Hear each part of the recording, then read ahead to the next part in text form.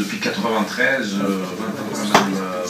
d'existence, de beaux jours, de beaux articles, de belles enquêtes pour terminer. Alors, la revue Naqd existe depuis 1991, décembre 91, numéro 1, décembre 91, février 92. J'ai pris la direction à la mort du fondateur, le premier directeur, Saïd Chikhi, marhoum. Et donc, 93 à ce jour, on a essayé de tenir dans une ligne éditoriale qui serait celle d'une approche critique et aussi d'une approche qui permet à tous les lecteurs de rendre compte des problèmes qui nous interpellent en Algérie. Et parmi les problèmes, comme vous le savez, beaucoup sont liés au pouvoir politique, mais sans que ce soit une position politicienne. C'est notre ligne de conduite, c'est de déconstruire les logiques de pouvoir, de déconstruire les logiques de la corruption et de la prédation dont nous souffrons aujourd'hui aussi, de déconstruire les logiques qui sont prétendues, elles, de celles de l'indépendance, mais qui aujourd'hui travaillent dans le sens d'une perte de souveraineté nationale.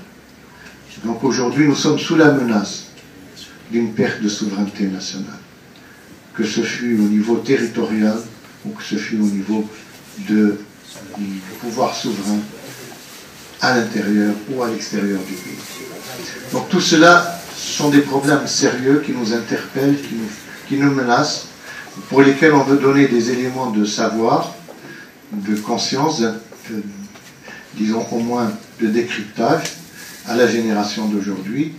Et nous pouvons aujourd'hui nous prévaloir que de 1991 à 2013, nous avons laissé une trace.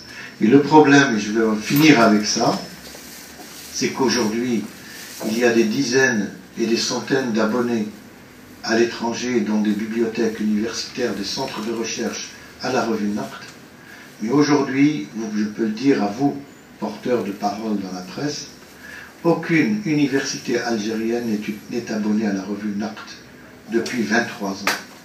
Aucune bibliothèque municipale, aucune maison de la culture n'est abonnée à la revue Naqd. L'université de Oxford, l'université de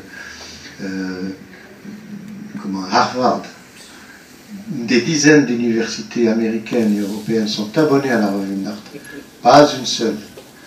Alors ça rejoint un peu les observations de M. Qassimi.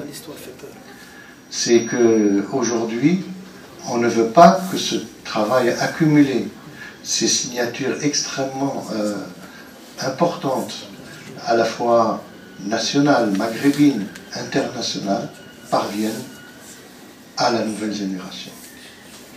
Nous sommes obligés de vivre de nos ventes dans les librairies et de nos abonnements pour des citoyens algériens et maghrébins qui estiment qu'il y a quelque chose à apprendre dans cette revue.